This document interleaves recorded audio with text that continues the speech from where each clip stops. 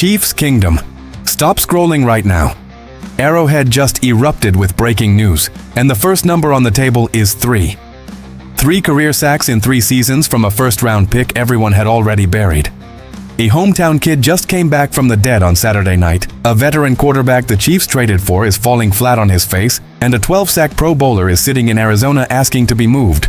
Here's your first payoff. Felix Anudike-Uzomah just delivered the best outside pass rush of his entire NFL career against Tampa Bay. If you bleed red and gold more than you hate the Broncos, hit like and subscribe right now. We start with the fairy tale nobody believed in anymore. Stay locked. Double cliffhanger at the end. A local kid. A hometown team. A draft held in his own city. It was written like a Hollywood script, and for 3 years it played out like a horror movie instead. Chiefs Kingdom, you know exactly who I'm talking about, and you probably wrote him off 18 months ago. The name? Felix Anudike-Uzomah. And on Saturday night, he made every single one of us look again. Let's be brutally honest about where this story was. FAU was the Chiefs' first-round pick in 2023, taken the year the draft came to Kansas City, a Kansas State kid living the dream in front of his own people. Then came the reality. He was active for all 17 games in each of his first 2 seasons and produced 3 starts and 3 total sacks. 3. From a first-rounder. Then last year he strained a hamstring in the preseason and the Chiefs put him straight on injured reserve. And that decision told you everything. Front offices don't burn a season on a player they consider essential over a hamstring.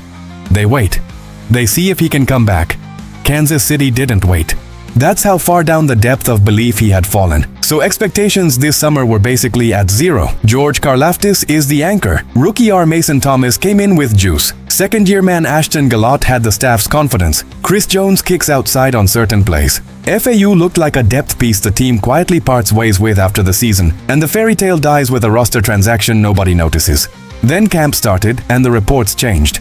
Fall was getting run with a starting defense, and more importantly, he was kicking inside on some snaps, the same way this staff used to deploy Mike Dana. That's not a courtesy rep, that's a coaching staff finding a role for a body type they trust in a specific alignment. Then Gillott ruptured his plantar fascia. The team downplayed it, but be real about what that injury means for an edge defender. You have to plant that foot to hold the edge in run support. You have to plant that foot to make a hard cut around a tackle. Even if he's cleared, that's a serious ask. And just like that, Anudike-Uzomah went from afterthought to a man who will get serious minutes to open the season. Here's how it probably looks. Karlaftis has been an Iron Man, so he holds one side and plays a mountain of snaps. FAU and Thomas split the other. Fau handles early downs where he can hold up against the run. Thomas comes in on obvious passing downs, and FAU either kicks inside or catches his breath. That was the ceiling on him, because he's never looked like a real outside pass-rushing threat in this league. And even that would be a win for a player this fanbase stopped talking about a year ago. And then came preseason game 2 against Tampa Bay. 1 play, 1 rush, and the Chiefs' own account posted it because it was that loud. It is 1 snap in a preseason game. I'm not going to insult you and pretend it's a career reboot, but you can make a strong case it's the best he has ever looked rushing the passer from the outside in a Kansas City uniform. Now do the math on what that means. If FAU can occasionally produce that off the edge, stop the run on early downs, and kick inside on passing situations, he isn't just usable, he becomes a key piece on this defensive front. Nobody in the kingdom, not even the most stubborn K-State diehard, was predicting that in July. So tell me straight, Chiefs fans, is Felix Anudike-Uzomah still on this roster in 2027? Or is this a nice August that ends in a goodbye? Comment your answer and smash that like if you're rooting for the hometown kid to finally get his ending. Because while the defensive line finds hope, the most important backup job on this team is going sideways. That's next. 2 preseason games, 13 completions, 105 yards, and a growing pit in the stomach of every person who watches this offense closely. The Chiefs traded a draft pick to make this happen. They made it a priority this offseason, and so far it isn't working. The name? Justin Fields. Let's set the table properly. Kansas City went hunting for a quality backup quarterback for one reason. The timetable on Patrick Mahomes' return from his knee injury was uncertain. Fields made sense on paper. He started more than 50 games across 5 seasons with the Bears and the Jets. He never lived up to being an early first-round pick, sure, but 50-plus starts in this league is real experience, and experience is exactly what a contender wants sitting behind a franchise quarterback. Now compare that to what Kansas City has been rolling out. Gardner Minshew was the backup last season and got hurt shortly after replacing Mahomes. Before that, it was Carson Wentz. Before that, Blaine Gabbert in 2023. None of them did anything memorable here. either because they never needed to or because they didn't look the part when the moment came. So when the Chiefs sent a pick to New York for Fields, the consensus was simple. At minimum, this is an upgrade on those three. Here's the problem. It hasn't looked like one. In the preseason opener, Fields went 4 for 4 for 41 yards. A perfect completion percentage, and yet the offense went nowhere because he was mostly settling for checkdowns. Then against Tampa Bay, in a much longer look, he went 9 for 12 for 64 yards and took 2 sacks, including a brutal loss on third down when Kansas City had a real chance at the end zone. Added up, 13 completions, 105 yards, roughly 8 yards per completion. That is not good. And here's the comparison that stings.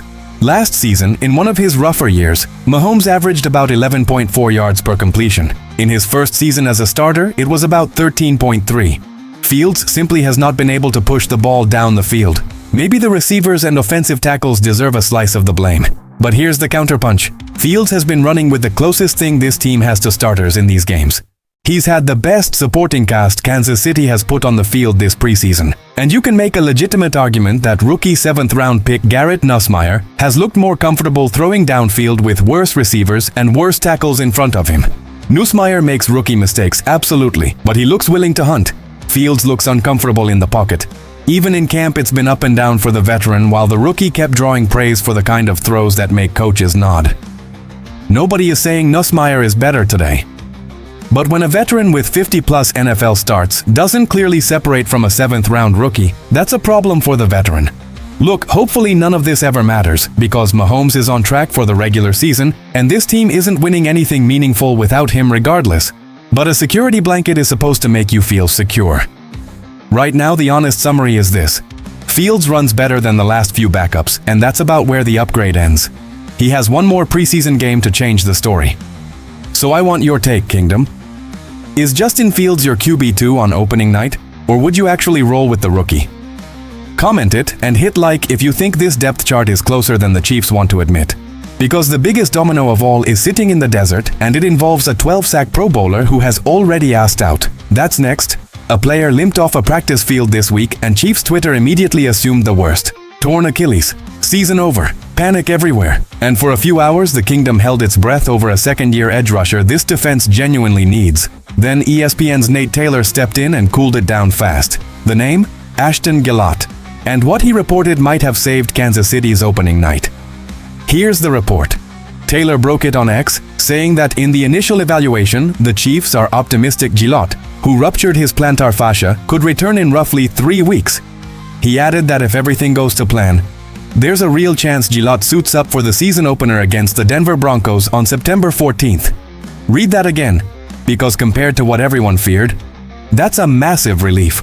Kansas City could open the season with its full group of pass rushing options intact. But now let's talk about the part nobody in the Kingdom wants to say out loud. Even at full health, the depth at those bookend defensive line spots is a legitimate concern. Karlaftis needs a bounce-back year. Thomas is a rookie. Gillott is coming off a foot injury. FAU is a reclamation project who had one great rush on Saturday. And Chris Jones, as dominant as he has been, is not getting younger. And small steps of regression from an aging interior star are exactly what turns a good front into an average one. Most of the big offseason trades are done. That doesn't mean the market is closed. And there is one name sitting out there that fits Kansas City like a glove. Josh Sweat. Let's talk about why.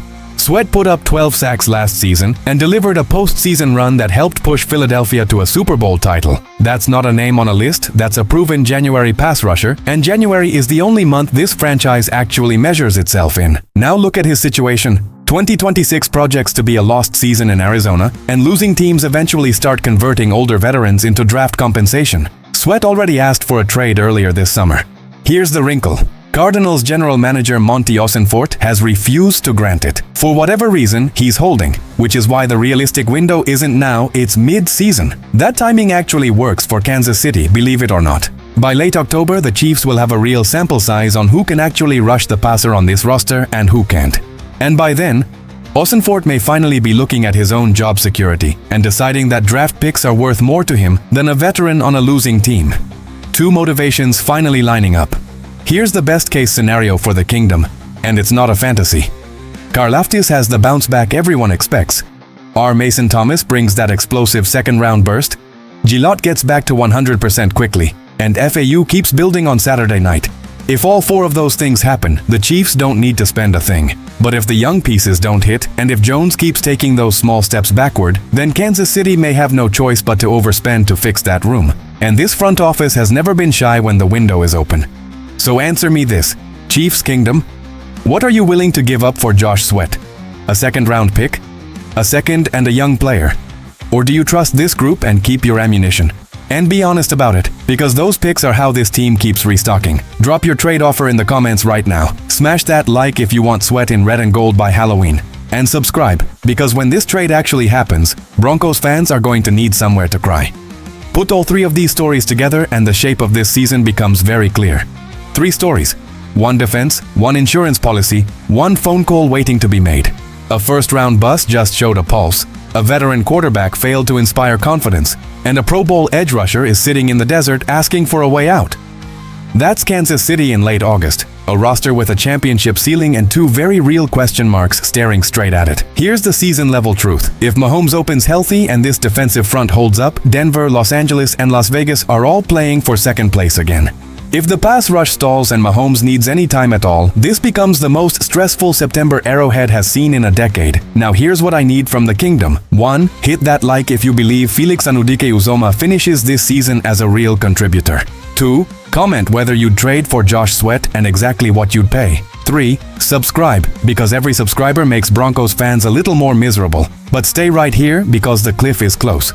Justin Fields has 1 more preseason game to prove he belongs as QB2, and a 7th-round rookie is quietly making that decision harder by the day. That call gets made within days. And on top of that, Ashton Galotti's 3-week timeline runs right up against September 14th against Denver, and nobody knows yet whether he plays. Which domino falls first, Kansas City's or Arizona's? If the Kingdom stands together, the Broncos don't stand a chance. Hit subscribe and prove it in the comments.